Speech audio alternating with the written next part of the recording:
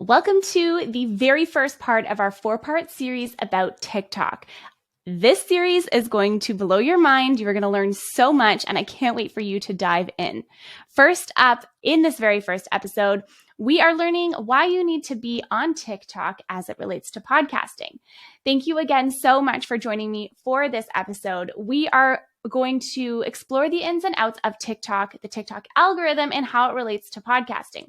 Today, my guest is Melissa Hughes, a TikTok influencer, international speaker, and best-selling author. She has been booked twice on The Kelly Clarkson Show and featured on the New York Times bestseller Primal Scream on NBC. She has over 238,000 followers on TikTok with over 9 million likes. She is also a best-selling author of a book called She Can Laugh, along with a children's book called Mommy Loves You When. She has done missionary work in the UK for several years with her husband and 2 children. Over the next 20 minutes or so, we're going to be talking to you about why TikTok can feel overwhelming, how Melissa became a TikToker, and what it was like for her to wake up to 22 million views on one video overnight. We'll also delve into the inner workings of the TikTok algorithm and how it impacts the content that you see on your feed. We're also going to be discussing why consuming content on TikTok is different from other social media apps and whether or not it is possible to go viral on the platform. And most importantly, we're going to talk about why you as a podcaster need to be on TikTok and how it can help you grow your audience. So get ready and join us as we dive into the world of TikTok and learn more about the algorithm that drives it. Let's get into it. Melissa, welcome to the As It Relates to Podcasting show. I'm so excited to have you on here today. I am so excited to be here. I love you and I love your show and I love everything that you do. I feel the same way about you. And so I was thinking about, we need to talk about TikTok, okay? Especially as it relates to podcasters and podcasting. And you and I were chatting back and forth about all of the different ways that podcasters could use TikTok. And it was kind of a no-brainer for me to bring you on here and share all of your expertise and share all of your knowledge with this audience here, with our listener today. The first series, so this is a 4-part series, the very first episode in this first part, I want to talk about how the TikTok algorithm works. And I want to talk about like the basics of TikTok just so that people can have an understanding of exactly how it works. Because I think it's overwhelming for people. Do you find that it can be overwhelming for people?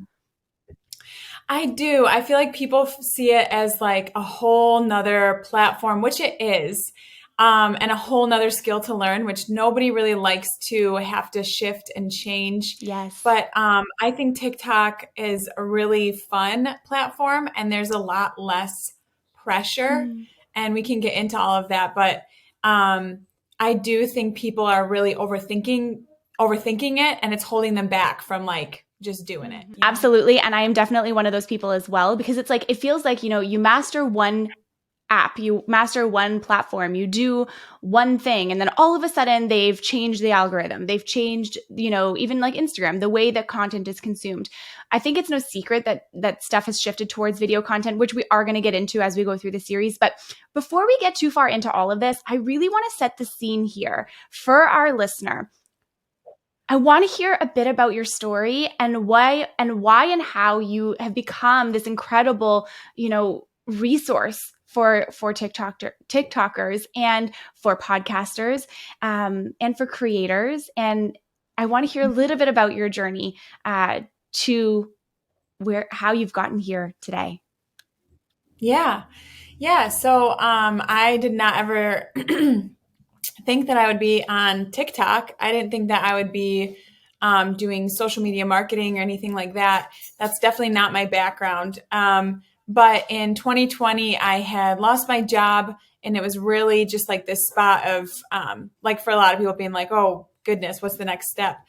And so I ended up taking a job in my kids' daycare. And I have 2 little kids. At the time, they were 5 and 3. And it was really hard as a mom to like drop your kids off at one end of the building and like be working, looking after other kids. So I just was being like, this is not what I want to do, but I don't know what I want to do. Don't know if anyone else has ever been in that Oh my space. God. But Yes. I just remember, yeah, you're like, I don't want this, but I don't know what I want. And I have no connections and like no next step. Exactly. And so in that space, I just was really just like praying, like, God, what is the next step? And for a couple of months, I just didn't really hear anything. And it was a real kind of like, I felt like my life was kind of just hanging in the balance. And then in January of 2021, I really felt like God was putting it on my heart to go on social media and start posting videos. And it was really random, like really out of left field. And I remember telling my husband about it, being like, I think I'm supposed to go on social media and like post videos. And he was like, about what? I was like, I don't know. And then so this one night, we literally just prayed, God, if this is something Melissa should give her time to, would you just make it clear? And then 5 days later, I randomly uploaded this video of my kids sledding on TikTok just to figure out how to even like add captions or like how to even post. What is this platform? And the next day, that video had 22 million views. And I got contacted by the Kelly Clarkson show. And then I appeared on their show. And kind of everything from that point is all just like taken off. So That's incredible. It was kind of a clear sign. I think he was very clear with you. Like, could you ask for a more clear sign? But can we just wrap our minds around that 22 million views? That is massive. That is massive. I need to know how you felt in that moment of waking up the next day, opening your phone, and just seeing that number. Like, what? I honestly, I think I would like, I don't know if I would go for a run or if I would like, I don't know what I would do. Like go for a run, go for a walk. I like call a friend. Like, I don't know what I would do. I think I would just like be like, what? I thought it was broken. I was like, cause my sister-in-law actually messaged me. Like I probably wouldn't have even checked the app because I literally did it at night and I was just like, whatever. And she texted me, she's like, look at this. And I like, then was getting like my DMs blown up by all these media companies. And I was like, is this for real? Like, I mean, I was scared. I had to hire a lawyer because people were like, hey, we want this video on MTV. We want this video on this show. And can we license it? Can we? And I was like, I don't know. Wow. I don't know. I don't know what I'm doing. So that's crazy. It was wild. That is so wild. And honestly, such an incredible story. I love your story so much. I just love you so much. And I think that this is a perfect segue into understanding how the TikTok algorithm works because I feel like, and correct me if I'm wrong, I feel like it is a little bit different now that we're sitting in, 2023, a little bit different now than it was back in 2020 when the world was at home, when everyone was stuck inside, right? It is a little bit different. So how would you say, or how would you describe the algorithm working to a podcaster who's listening right now? Yeah. So really the thing that's like really different, I would say, as far as like now in 2020 is there's obviously a lot more people on the app, right? So like content that was just like, well, not to say that my kid sledding might not go viral again right now, but I would just say like there's a lot more competition now as there was. So that's something to keep in mind. And how the algorithm is now, it's actually TikTok has become a search engine. So keywords are really, really important. And so making content and videos that are very targeted and are searchable for your audience is really important. And so you really do. I'm not like big on being like niche down, right? But I think that you do need to know your messaging and you need to make sure that it's clear when you do your videos. Yeah, I agree with that. And so for a podcaster, the most important metric that TikTok uses is watch time.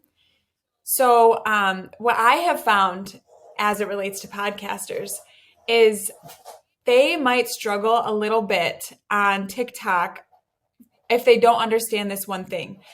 You guys are used to creating long form content, right? So like you're used to being like, hey, let's let's chat, let's have a good conversation, let's dig deep, let's take it slow, let's talk about things, let's go deep, right? It's like that kind of vibe, Mm-hmm. which is what podcasting is supposed to be. It's like that long form content. With TikTok, though, it is the complete Yeah. opposite, where you need to say things in statements. You need to make sure that you are hooking someone within the first 3 to 5 seconds. And, rather than like giving the value in the middle or at the end, you give it up front and Mm. you front load the video. And so with the algorithm, you really do have to like try to get your watch time up. So for podcasters, being able to grab people's attention and then hold their attention for that short duration is really important. I love that. I love that. I agree completely with you. It is such a different form of media, and just even working with, I have clients who are TikTokers, who are pretty massive TikTokers, and even the way that we do video clips, even the way that we pull content from their episodes is different, right? It's different than what you would put on any other social media platform. And for our listener right now, we are going to dive into all of the ways to create content and to repurpose content in our third part of our 4-part series. I do think this is still really important to address, because I think that it really impacts the algorithm and it impacts how you're seen and what comes up and what doesn't. What would you say in terms of the culture of TikTok and the way in which content is consumed? What makes it so different than other platforms? I think everyone has something specific that comes to mind when they think about this, Yeah. but I want to know from your perspective, what is it that makes it so different?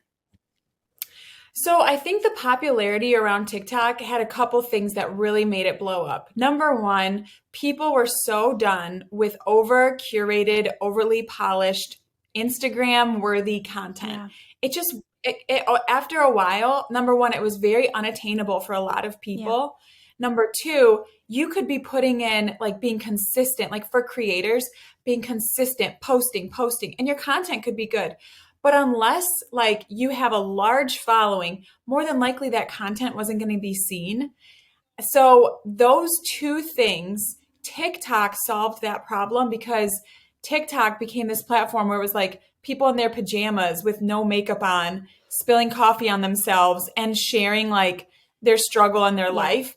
And it was authentic and it was real. And I think people really were like, oh my gosh, this is way more interesting than seeing, this Instagram influencer in Bali again in her perfect body bathing suit with, you know what I mean? Yes. It's like I relate to the woman that's got rolls and like her hair is like it was relatable Yes. content, Yes. you know. So I think like there's that component, but then the other thing that I think is really exciting for people right now and for anyone who's wanting to create is you do not need a lot of followers to number one get results. Mm. So if you're like a business, like getting leads, but number two, your videos can perform well outside of how many followers that you have, Mm-hmm. Mm. right? So like I had 0 followers, 22 million views later, I'm on the Kelly Clarkson show. Right. Right. And so yeah, so it's all about the For You page and people being able to get discovered regardless of number one, if they look perfect, and number two, if they already have a large following. That is so true. I was editing a client podcast a few months ago, and they were talking about like virality of posts and going viral and all of that. And, I think people have this specific mindset about what it means to go viral. When this person had just said, virality is you're getting more views than followers. You know what I mean? So if you have 500 followers, let's say, but you're getting 14,000 views on a reel or a TikTok, that's virality. Even if you're getting, 2,000 views, or you know what I mean? Like it's still, you're getting more than what the followers that you have. You know what I mean? So I thought that was an interesting perspective and an Yeah. interesting take on going viral, because you're right. It doesn't have really much to do with the followers. Like if it resonates with people, it'll bring you new followers. But yeah, I completely agree with you. Yeah. Yeah. So it is really exciting. And I think too for anyone that's coming on the platform, they just have I feel like everybody has the opportunity. Yeah. If you can create content and you're willing to put the work in and be consistent, I feel like you have the opportunity to get Mm-hmm. seen.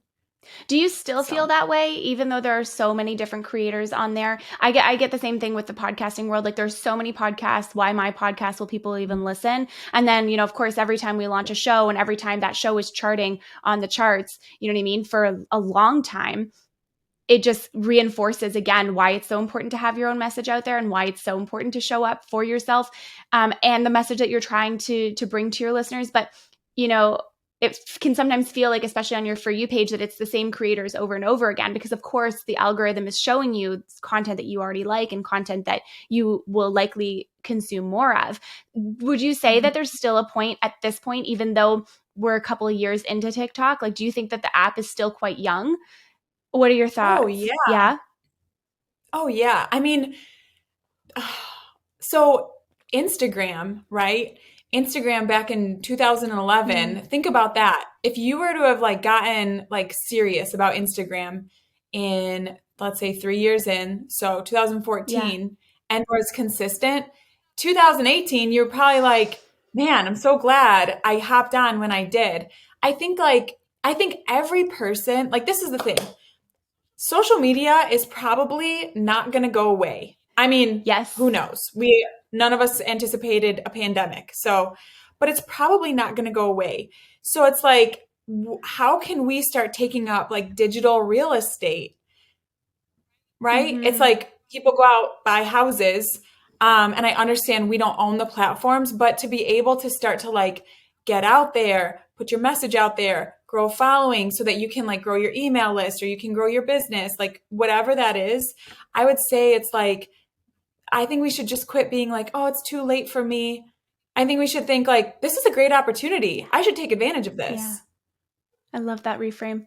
That is so important. And I think a lot too of the creation when it comes to TikTok, and we will dive into more of this, but it is a mindset thing too. And I think it's like that with any app. You're learning something new, right? The tech is confusing. The content is hard for some people. The ideas are difficult, right? All of those different things, especially if you don't know what you're doing. So if you're listening right now, just stick with us because we are going to dive into all of that as the series continues.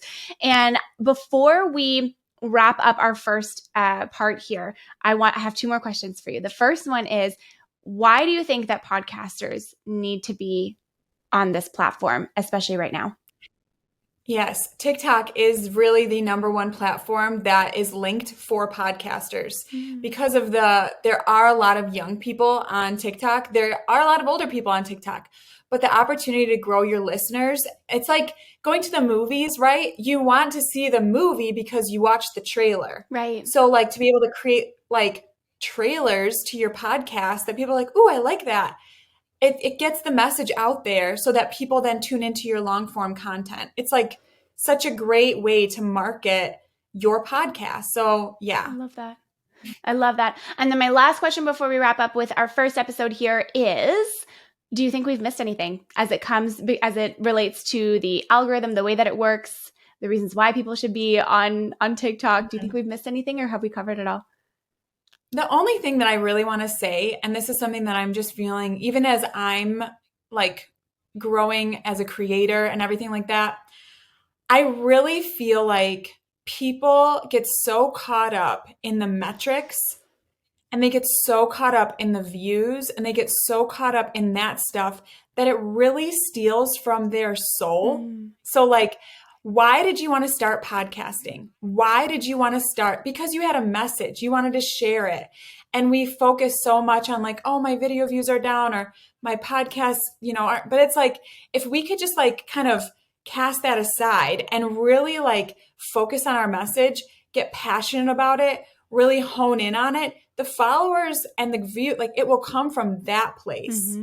And I just feel like, really like you are a creator. Like think about that. Like we get to create and share and show up. So we should like really enjoy that process rather than being like, oh, I hope my video does well. Oh, I hope the metrics. It's like, no, like we're creating. And so I just kind of wanted to like leave that Mm, encouragement because I think we really chase those metrics and we get so caught up in that it keeps us stuck. It holds us back. We freeze on camera because we're really not in alignment with like, man, I love this message and I feel so passionate about sharing it today. And I think when you can show up with that attitude and stay consistent, people want to follow that. So that's all I have left to That's say. beautiful. That is such a beautiful way to end this conversation. I could not agree with you more. I hear it all the time from podcasters. I hear it all the time, even in my own community of podcasters who are creating content for Reels and for TikTok. It's like, so much effort goes into this video and it didn't perform the way that you wanted it to. But that is not always the goal. It can be the goal, but it's not always the goal. And you're right. When you come back into that present moment, when you come back into the real purpose and the bigger why, it becomes abundantly clear that you showing up for your message is the most important thing that you can do, because the metrics don't matter, exactly like you said. It's really about the message that you're bringing to people. So I think that is beautiful. Thank you so much for joining me on this very first episode. You're welcome. I'm loving being here. Me too. Okay, our listeners, thank you so much for tuning into this one. And we are going to bounce into our second episode. What an amazing episode this was. Melissa is such a wealth of knowledge when it comes to the world of TikTok, and I know that you learned so much from her. I learn so much from her every single time we chat, and I am so grateful that she shared her expertise with all of us listening today on my podcast. Remember to connect with Melissa using the links in the show notes. You can find her on TikTok and on Instagram. And there are also links to her resources, her free resources, and her online course. If you have any questions about what we covered today, please contact either of us on social media or by email. Thank you so much for listening to this episode. If you loved it, you know how much I would appreciate a rating or a review of the show. And I can't wait to see you on the next one.